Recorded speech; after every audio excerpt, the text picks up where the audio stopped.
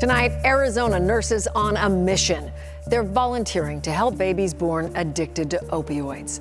As Jared Dillingham reports, nearly 2,000 babies have been born addicted in the last 2.5 years in Arizona. This newborn is crying and shaking in anguish, born addicted to opioids. Vomiting, diarrhea, they shake, really extreme tremors, really high-pitched cries, so like a cat cry.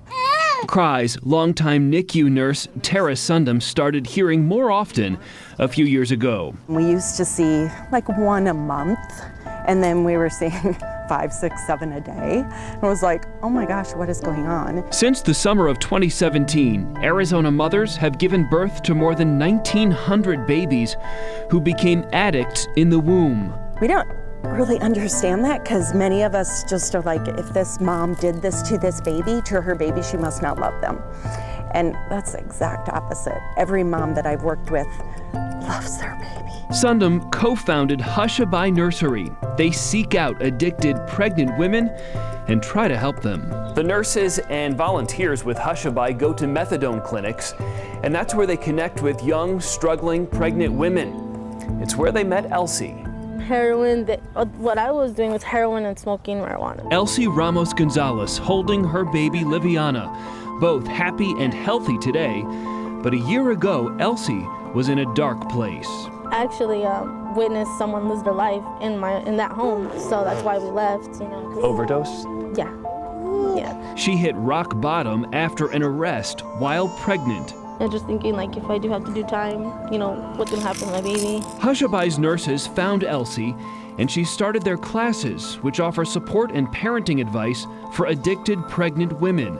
Among other things, telling them not to quit cold turkey. Withdrawal is too stressful on the fetus and the parent that they will miscarry. Elsie gave birth to Liviana in June while still weaning herself off her addiction, and she witnessed her baby go through withdrawal. Her high-pitched cry, she had diarrhea a lot. She was shaking sometimes. It's not fair to her because she didn't do anything.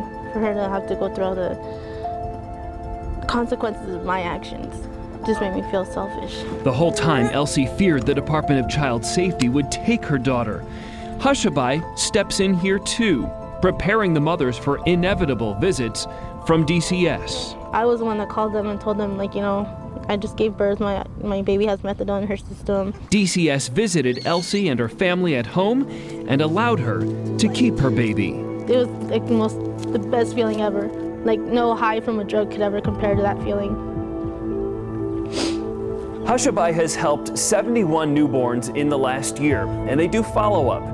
As for their success rate, they say 85% of those babies are now home with their biological moms and doing well. Used to be many of these kids went to foster care. We're changing that. This is certainly an outcome Elsie never could have imagined just 1 year ago.